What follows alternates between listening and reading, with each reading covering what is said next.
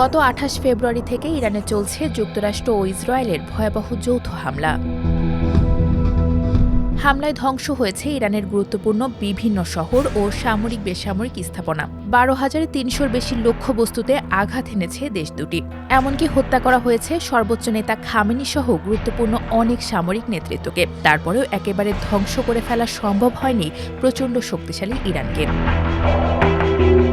দেশটিতে প্রায় অর্ধেক রকেট লঞ্চার ও হাজার হাজার ড্রোন মজুদ আছে। এই চাঞ্চল্যকর তথ্য উঠে এসেছে মার্কিন গোয়েন্দা সংস্থার দেওয়া তথ্যে।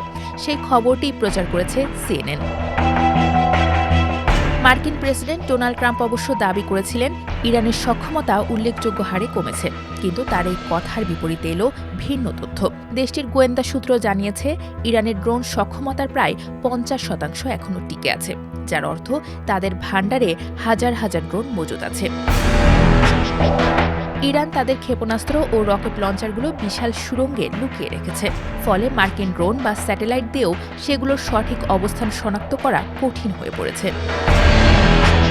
ইরানের উপকূলীয় প্রতিরক্ষা ক্রুজ ক্ষেপণাস্ত্রের একটি বড় অংশ এখনও অক্ষত আছে। যদিও দেশটির নৌবাহিনী ক্ষতিগ্রস্ত হয়েছে, কিন্তু IRGCর শত শত ছোট নৌকা ও ড্রোন বোট এখনও সমুদ্র সীমায় বড় হুমকি হয়ে দাঁড়িয়ে আছে। বিশ্লেষকেরা বলছেন, ইরান চাইলেই এই জলপথে জাহাজ চলাচল বন্ধ করে দিয়ে বিশ্ব অর্থনীতিতে ধস নামাতে পারে। যদিও হোয়াইট হাউস দাবি করেছে ইরানের পাল্টা হামলা প্রায় ৯০% কমে গেছে এবং দেশটির নৌবাহিনী প্রায় নিশ্চিহ্ন। তবে গোয়েন্দা কর্মকর্তাদের মতে ইরানকে পুরোপুরি নিরস্ত্রীকরণ করতে হলে এখনও দীর্ঘ পথ বাকি।